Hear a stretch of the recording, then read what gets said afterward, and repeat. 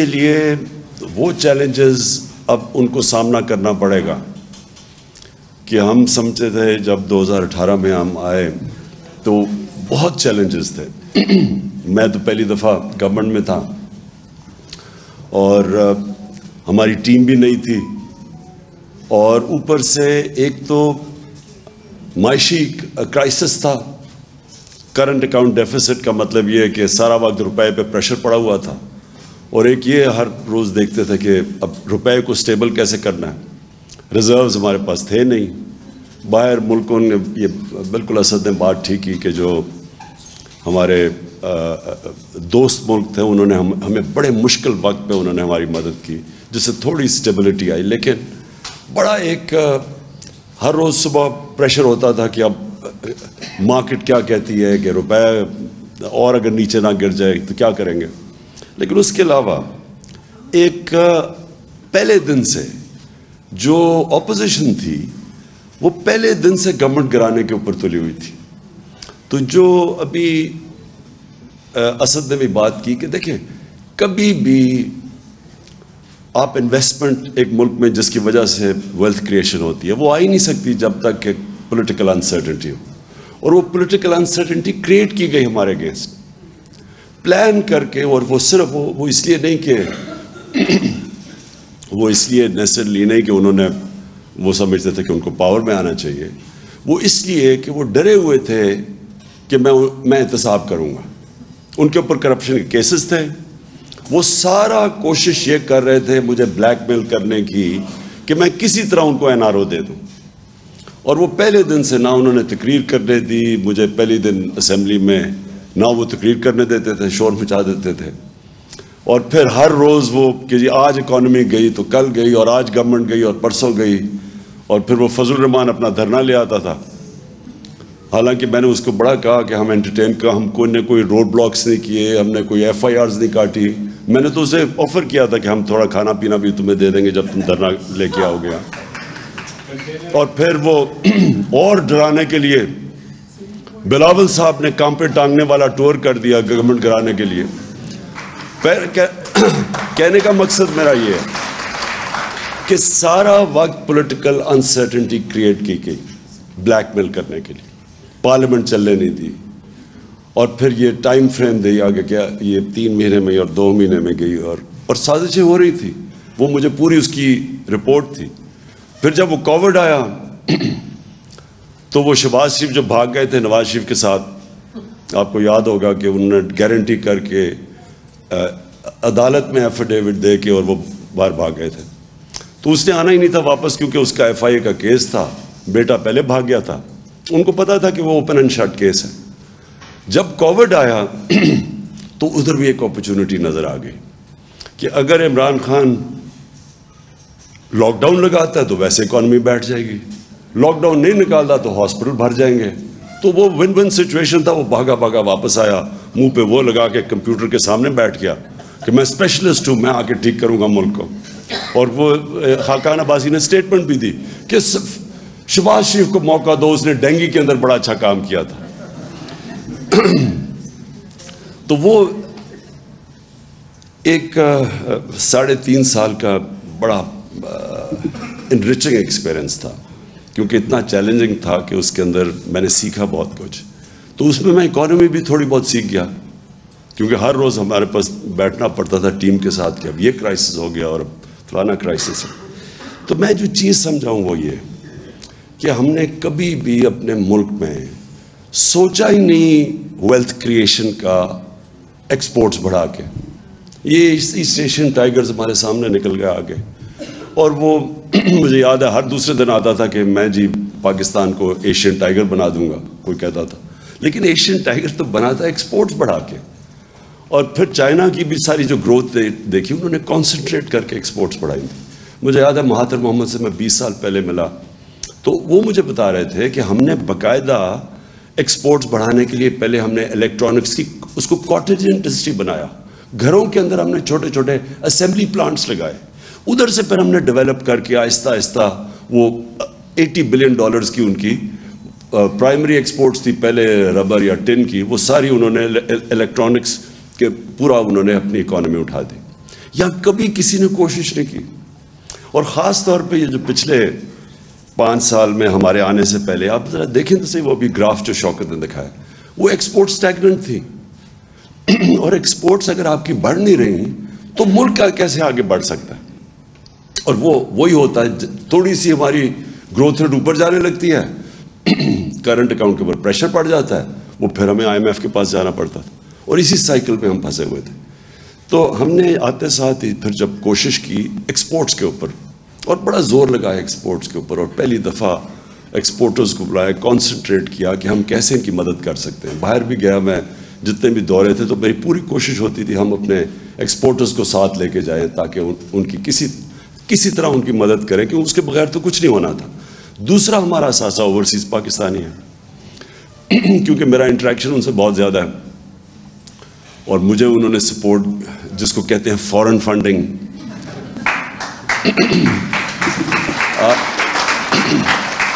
کہ وہ لوگ جو بیچارے محنت کش لوگ جن کے اوپر ملک چلتا ہے, ان سے, کیونکہ میں شوکت خانم میں جب میں نے پیسے اکٹھے کرنے شروع کیا آج سے 30 سال پہلے, تو یہاں تو بڑی جلدی ڈونر فٹیگ ہو گئی.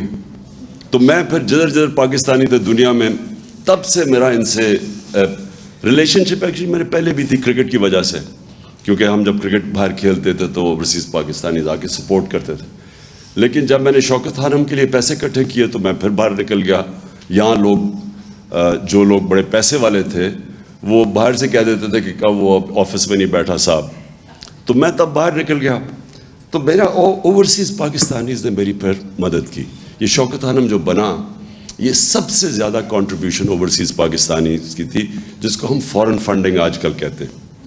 اس کے بعد جب میں نے نمل یونیورسٹی میں ان سے پیسے اکٹھے کیے, پھر جب آہستہ آہستہ جب ہماری پارٹی اٹھنے لگی, تو سب سے پہلے سپورٹ اوورسیز پاکستانیز نے کی, اور ادھر سے پھر ہم نے پیسہ اکٹھا کیا, جس کا یہ الیکشن کمیشن کے اندر اتنا بڑا ڈرامہ چلا ہوا ہے کہ میں ابھی تک حیران ہوں.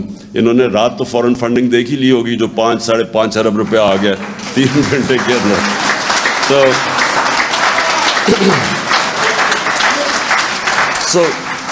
ہم نے میں تب بھی جب میں اوورسیز پاکستانیز کو ملتا رہا, تو میں نے ہمیشہ, میرے دل میں یہ تھا کہ ایک دن آئے گا کہ یہ پاکستان کو بیل آؤٹ کریں گے.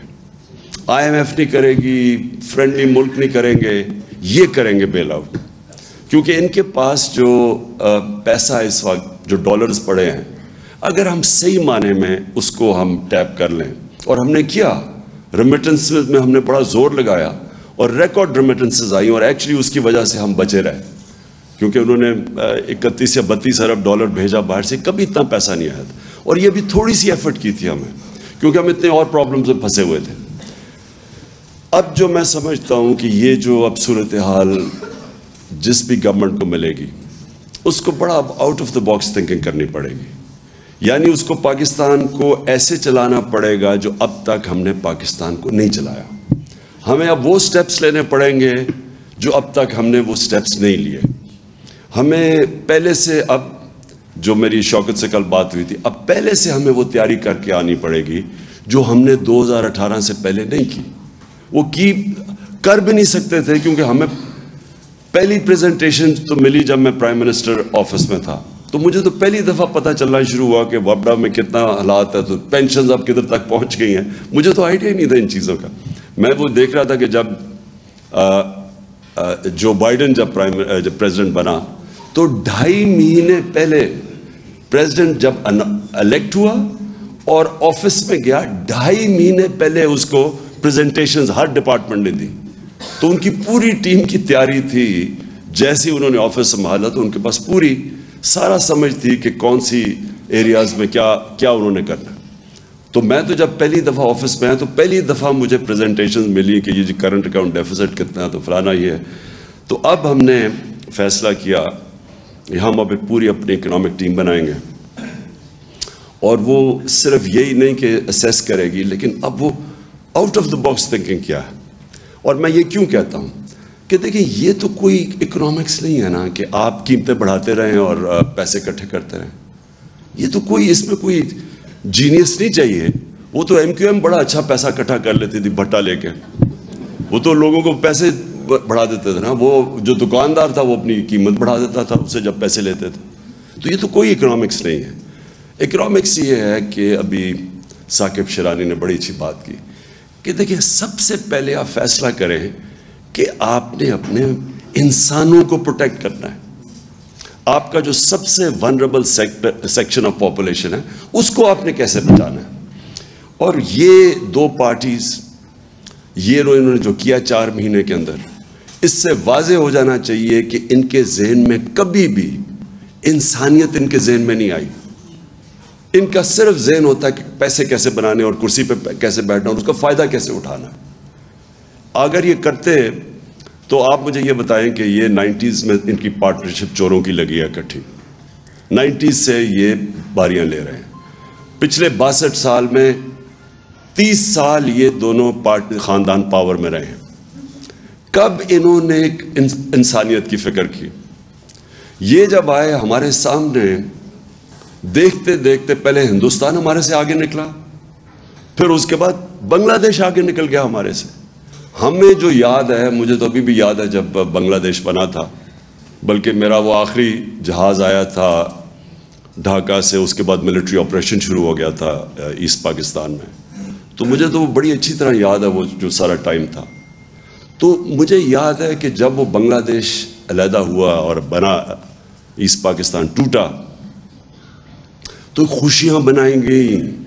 میں وہ ڈرائنگ رومز ابھی مجھے یاد ہے, لوگوں نے خوشیاں بنائیں کہ اتنا وہ سارا ہمارا پیسہ وہاں چلا جاتا ہے, وہاں سائیکلون آتا ہے تو ہمیں اس کو سبسیڈائز کرنا پڑتا ہے. میں نے یہ کانوں سے یہ باتیں سنی ہوئی ہیں کہ چلیں شکر ہے بوجھ اترا.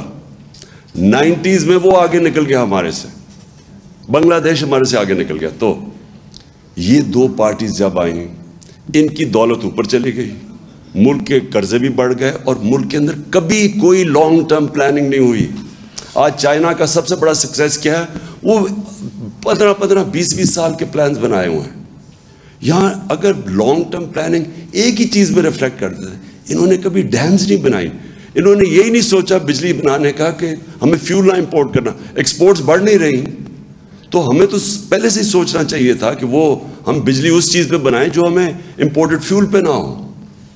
کوئی لانگ کلائمیٹ چینج, اب آج دیکھیں یہ کلائمیٹ چینج اتنی بڑی چیز ہے. میں نے جب 2013 میں ہم نے مل کے شروع کیا یہ بلین ٹری سونامی پختونخوا کے اندر, تو 2 سال تو یہ مذاق اڑاتے رہے ہمارا. اور مذاق اس لیے اڑا رہے تھے کہ ان کو کوئی کانسیپٹ ہی نہیں تھا کہ پاکستان کے اندر جو انگریز کے بنائے ہوئے تھے جنگل تھے وہی ختم ہو گئے. ہم بچپن میں جایا کرتا تھا اپنے بڑوں کے ساتھ شکار پہ, تو یہ بڑے بڑے جنگل تھے, چھانگا مانگا, کندیاں, میاں والی میں, یہ چیچا وتی میں, بڑے جنگل تھے وہ انگریز کے بنائے ہوئے. یہ چھوڑے کہ انہوں نے کچھ جنگل خود اگانے تھے وہ بھی ختم کر دیے. تو کوئی کانسیپٹ ہی کسی کو نہیں تھا کہ موسم گرم ہو رہا ہے. پاکستان 10 ملکوں میں سے ہے جو سب سے زیادہ ونربل ہے کلائمیٹ چینج پہ. کبھی کوئی کانسیپٹ نہیں تھا, کوئی لانگ ٹرم پلاننگ ہی نہیں تھی ان کی. اور پھر جب کووڈ آیا, میں ادھر سے شروع کریں, جب شہباز شریف آیا اور اس نے منہ پہ وہ لگا کے اور کمپیوٹر پہ بیٹھ گیا, انہوں نے کیا کیا, سب سے پہلے انہوں نے شور مچا دیا کہ عمران کو لاک ڈاؤن کرو پاکستان کا. ان کی سب کی سٹیٹمنٹس ہیں کہ عمران خان کے اوپر FIR کاٹ دو, یہ لاک ڈاؤن نہیں کر رہا. ان کی اسمبلی میں سٹیٹمنٹس ہیں. بلکہ انڈیا کی تعریفیں شروع کر دی, جو نریندر مودی نے وہاں کرفیو لگایا تھا اس کی تعریفیں کرنی شروع کر دیں کہ وہ دیکھو کتنا اچھا کام کر رہا ہے اور یہاں کو لاک ڈاؤن نہیں لگ رہا. کیونکہ انہوں نے کبھی غریب کا سوچا ہی نہیں ہے. میں بار بار ان سے پوچھوں کہ مجھے یہ بتاؤ کہ وہ دہاڑی دار کا کیا بنے گا. یہ اسد وہ NCOC میں تب یہ تھا, تو ہماری کیا آرگیومنٹس, کیا ہم ڈسکشن ہوتی تھی. پہلے تو آپ سوشل ڈسٹنسنگ کی بات کر رہے ہیں, ہمارے یہاں کچی آبادیوں کے اندر 10-10, 8-8 لوگ ایک کمرے میں ہیں, وہ کدھر سوشل ڈسٹنسنگ ہوگی. پھر وہ جو دیہڑی دار ہے وہ اگر تنخواہ اگر پیسے نہیں کماتا, چھاپڑی والا ہے, وہ کیسے اپنے بچوں کو پالے گا. میں کہتا رہا نہ لاک ڈاؤن لگاؤ بلکہ پارشل لاک ڈاؤن لگاؤ. وہ سندھ میں وہ مراد علی شاہ نے وہاں لاک ڈاؤن لگا دیا, اور 2 ہفتے کے بعد کوئی گاڑی جاتی تھی غریب علاقوں میں, اٹیک ہو جاتا تھا اس کے اوپر. بھوکے لوگ تھے سارے. اس نے پھر ڈر کے پھر میرے کندھے پہ بندوق چلائی. اس نے کہا اچھا اب آپ کہہ رہے ہیں تو ہم لاک ڈاؤن ہٹا رہے ہیں. کیونکہ وہ ڈرا ہوا تھا کہ اگر وہ ہاسپٹل میں زیادہ لوگ آ گئے تو پھر میرے اوپر وہ بلیم کرے گا. لیکن میں صرف اسے ایک مینٹل ایٹیٹیوڈ آپ کی بتانا چاہتا ہوں کہ ان کے کبھی بھی ذہن میں عام آدمی نہیں تھا. انہوں نے سوچا ہی نہیں کہ عام آدمی کیسے گزارا کرے گا. دیہڑی دار ہے, یہ ہے, کتنے لوگ ہیں. ہمارا جو لیبر ہے وہ زیادہ تر تو انفارمل سیکٹر میں ہے, اس کی تو کوئی رجسٹریشن ہی نہیں ہے. تو آپ کیسے ان کی مدد کریں گے؟ اس لیے مجھے کہتے ہیں جی وہ دیکھو چائنا نے کیا کیا تھا. ووہان سٹی میں جب چائنا نے لاک ڈاؤن لگایا تھا, ایک ایک گھر پہ کھانا پہنچایا تھا انہوں نے. تو ہمارے پاس تو تھا ہی نہیں. تو لہٰذا جب ہم اس ساری چیز سے نکلے, میرا ایمان اللہ میں ہے کہ وہ ہمیشہ جب ایک غریب کی آواز بھی سنتا ہے, اس کی دعا بھی سنتا ہے, اس کی تکلیف بھی سنتا ہے. وہ جب آپ اپنے لوگوں کو کرش کرتے ہیں, سوچتے ہی نہیں ہیں اب IMF یہ کہہ رہا ہے تو چلو یہ کر دو. انہوں نے آتے ساتھ ہی جتنے سٹیپس اٹھائے ہیں, ایک دفعہ مجھے بتائیں کہ ایک عام آدمی ان کی ذہن میں فیچر کیا ہے کہ آج یہ ابھی جو فگرز بتائی ہیں ثاقب نے, جو کہ 45% اگر کنزیومر پرائس انڈیکس, میننگ کہ وہ کھانے پینے کی چیزیں جو عام آدمی کو افیکٹ کرتی ہیں, جو بجلی ہے جو عام آدمی کو افیکٹ, انہوں نے سوچا کہ اس کے اوپر کیا گزر رہی ہے. یہ صرف اور صرف سوچ رہے ہیں اپنی, صرف میں آپ کو آج بتاتا ہوں کیا سوچ رہے ہیں. انہوں نے NRO کیسے لینا ہے, اپنی کرپشن کیسز کیسے ختم کرنے ہیں, انہوں نے کیسے اب یہ عام آپ مارکیٹ میں چلے جائیں, ان کے وزیر لگے ہوئے ہیں پیسے بنانے کے لیے, ان کو کوئی فکر نہیں ہے. ان کے ذہن میں بھی نہیں آ رہا کہ عام آدمی کے اوپر آج کیا گزرے گی جو انفلیشن ہے. سم اپ میں یہ کرتا ہوں, ہمارے جو اب چیلنجز ہیں بڑے چیلنجز ہو گئے ہیں پاکستان کے لیے, جو اب ہمیں سوچنا ہوگا کہ ہم نے اب کیسے کیا سٹیپس لینے ہیں. انشاءاللہ اگر ہماری حکومت آتی ہے تو وہ ہمیں وہ سٹیپس لینے پڑیں گے جو آج تک پاکستان میں کسی نے نہیں لیے. وہ واقعی وہ بڑے فیصلے کرنے پڑیں گے جو ابھی تک ہم نہیں کرتے.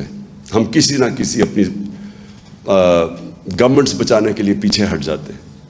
وہ جو فیصلے ہوں گے اس میں جو سب سے نمبر 1 جو فیچر کرے گا کہ ہم نے کیسے پروٹیکٹ کرنا ہے اب اپنے یہ ونربل لوگوں کو, اس کو ہم پرائیورٹی بنائیں گے. اس کے بعد ڈیولپ کریں گے اپنے باقی سارے پلانز. اور میں جو سمجھتا ہوں کہ جو آگے فیچر کرے گا, جو سب سے بڑے ہمیں اس ملک کو نکالے گا, اب جو آگے کرائسس آ رہا ہے اس میں ہمارے اوورسیز پاکستانی ہیں. یہ وہ لوگ ہیں اگر ہم صحیح معنی میں, اور ہم ڈیوائز کر رہے ہیں, ابھی سے ہم نے پلاننگ شروع کی ہے کہ ہم کیسے ان کو انویسٹمنٹ یہاں کروائیں اپنے ملک میں. کیا چیز, کیونکہ انویسٹمنٹ کا سب سے بڑا پرابلم پاکستان میں کیوں ہمارے دور میں ہم نے, اور بلکہ انویسٹمنٹ آ رہی تھی لیکن رکاوٹ کیا تھی کہ جی اب گورنمنٹ جا رہی ہے تو 2 ہفتے میں جا رہی ہے, 3 ہفتے میں جا رہی ہے, اب دھرنا ہے. اس کی وجہ سے ایک انسرٹنٹی کریٹ کی ہوئی تھی. تو پولیٹیکل سٹیبلٹی سب سے پہلے بہت ضروری ہے, اور اس کے بعد اوورسیز پاکستانی ہماری پرائیورٹی ہونی چاہیے کہ ان کو ہم کیسے ڈرا کر سکتے ہیں کہ جو ہمارا کرنٹ اکاؤنٹ ڈیفیسٹ بڑھ جاتا ہے, اس کو ہم کیسے اس انٹرم پیریڈ میں کور کریں. میں نے 2 بڑے پروجیکٹ سوچے تھے اور دونوں اوورسیز پاکستانی اس کے لیے تھے. ایک ابھی جو راوی سٹی, ایک نیا شہر, کیونکہ وہ سب سے زیادہ اس میں اوورسیز پاکستانی کا انٹرسٹ تھا. دوسرا ایک بنڈل آئلینڈ ہے کراچی میں, بالکل وہ پڑا ہوا ہے ایسے ہی, سارا سیوریج جا رہا, یعنی وہ کوئی بیکار جگہ ہے. ادھر سے ہم نے پوری پلاننگ کر لی, بڑے انویسٹرز آ رہے تھے, دبئی سے بڑے کنسورشمز آ رہے تھے اس کے اندر انویسٹ کرنے. دونوں سیبوٹاج کیے گئے. بنڈل آئلینڈ ہم کام شروع کرنے لگے, سندھ گورنمنٹ نے NOC وڈرا کر لیا. یہاں جو راوی سٹی تھی اس میں ہمیں بڑے بڑے انویسٹرز آ رہے تھے, بلینز آف ڈالرز آ رہے تھے ہماری انویسٹمنٹ کے لیے. 11 مہینے ایک جج نے اسٹے آرڈر دے دیا, روک دیا پروجیکٹ اس نے 11 مہینے. اور ہمیں پتہ ہے کدھر سے پریشر تھا. پریشر سارا یہ ہاؤسنگ سوسائٹیز کا تھا جو ایک بہت بڑا مافیا بن گیا. انہیں پتا تھا کہ اگر نیا پورا شہر اوپر چلا جائے, ماڈرن سٹی بن جائے, تو یہ جو ریل اسٹیٹ, یہ جو سارا اس وقت بہت بڑا اسکیم بھی ہے اس کے اندر, ان کو ڈر تھا کہ وہ رک جائیں گے, ان کی پراپرٹیز یعنی لوگ ادھر انویسٹ کریں گے. انہوں نے سب 11 مہینے اسٹے آرڈر, اور میں اس لیے کہہ رہا ہوں کہ اس کے اندر ہمارے پاس بلینز آف ڈالرز آ جا رہے تھے جو کور کر دیتے. یہ جو کموڈیٹی سپر سائیکل کرونا کی وجہ سے ساری دنیا میں آیا ہوا تھا, میرا خیال تھا کہ ہم وہ گیپ تب تک کور ہم رائڈ کر دیں یہ پیریڈ جب کہ یہ کموڈیٹی سپر سائیکل نیچے جائے گا. تو میں وہ انفارچونیٹلی انہوں نے سیبوٹاج کیا. لیکن میں ابھی بھی سوچتا تھا کہ ہمیں یہ نہ سازش کے تحت ہمیں ہٹاتے تو ہم اس کو اس طرح رائٹ کرتے, کیونکہ ابھی بھی روڈا چل پڑا تھا تب, تو اس میں ہمارے پاس پیسے آ جا رہے تھے. تو آخر میں سمجھتا ہوں کہ انشاءاللہ یہ طریقہ جو آنے والا وقت ہے اس میں ہمیں نمبر 1 اپنے عام آدمی کی اب بچانا ہے اس کو. یہ جو مہنگائی آ رہی ہے اور اس کے بعد یہ جو افیکٹس بدقسمتی سے آئیں گے فلڈز کی وجہ سے, تو ہم نے اس کو پروٹیکٹ کیسے کرنا ہے, اس کے لیے بھی out of the box thinking ہمیں کرنی پڑے گی. اور جو پرابلمز آئیں گے اور جو ہمارے کرنسی کے اوپر پریشر پڑیں گے, وہ انشاءاللہ ہم اب ڈیوائز کر رہے ہیں طریقے کہ کیسے ہم اوورسیز پاکستانیز کو انویسٹمنٹ کروائیں گے پاکستان میں, ان کے لیے بھی ون ون سچویشن ہو اور ہمارے ملک کو بھی یہ مشکل وقت سے نکال دیں. شکریہ جی.